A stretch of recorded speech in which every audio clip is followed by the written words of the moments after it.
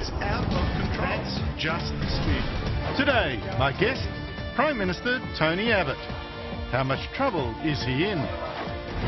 Malcolm Turnbull makes friends with Abbott enemies, including the ABC. Engagement and charm is a very valuable thing. Labor admits it was wrong on boats. And no balance. ABC boss Mark Scott says he's not hiring Conservatives. I'm Andrew Bolt and this is the Bolt Report.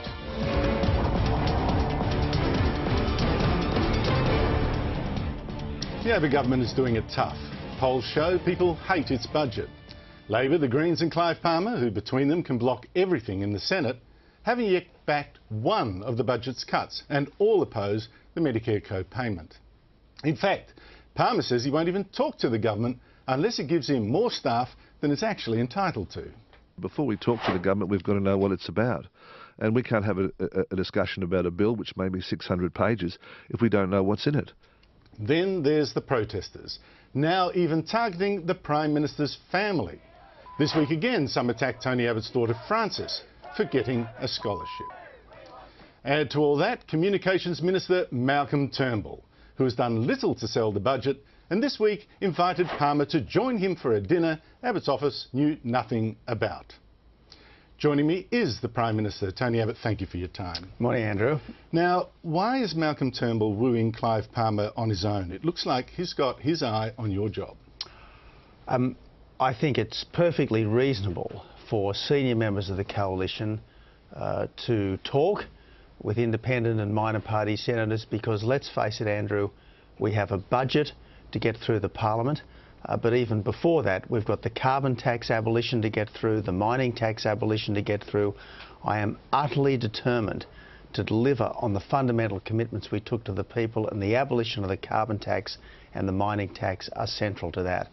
Yes, but Malcolm Turnbull made a sort of pitch, it seemed to me, on Channel 9 on Friday as well, saying, announcing basically that he could talk to Clive Palmer to get things through the Senate, but you can't. Well, I'm talking to various minor party and independent senators right now.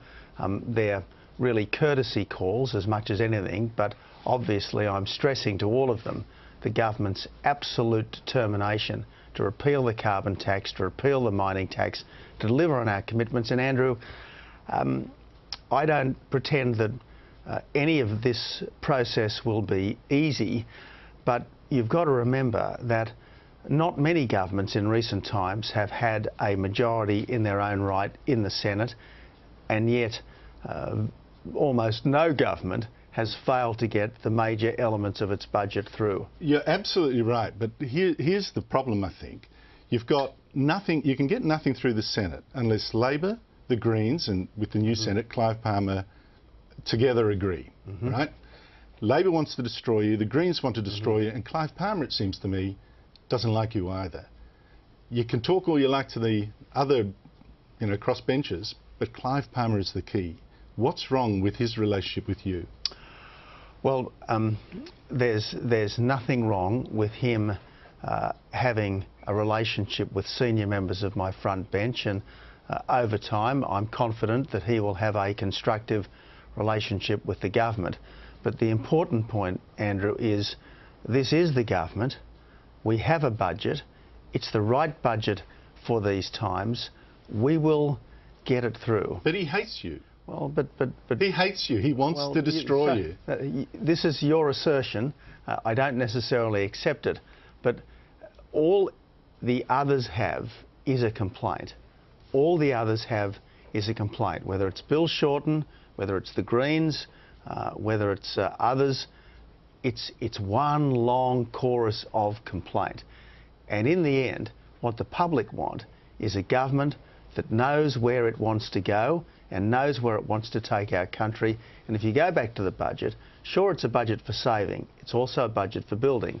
Sure, it's a budget for living within our means. It's also a budget for playing to our strengths with things like the medical research spend. So, look, I don't pretend for a second that people have been cheering in the streets because it's a tough budget. It had to be a tough budget. Look, I agree, and there's no alternative plan put forward by the others. Absolutely agree with you. The point is, whatever its virtues, if the Greens, Labor and Palmer don't want it, it's not going ahead. But the man with the plan, the man with the plan has an extraordinary advantage over the person who's just got the complaint. Clive Palmer, is he an honest man? Well, look, he's been a senior member of the coalition, lay member of the coalition parties. I'm not in the business of impugning. I'm not in the business, Andrew, of impugning people. So you can't say yes? Well, look, you know... Does it worry you, these allegations that by his Chinese partners, that he misused $12 million of their money, partly to finance his political party? Palmer denies it. Do these allegations concern you? Just to get back to the previous issue, Andrew, it's not my job to give a character reference for my political competitors, and I'm not going to. But on the other hand, it's also not my job to impugn the integrity of people who may well be our negotiating partners.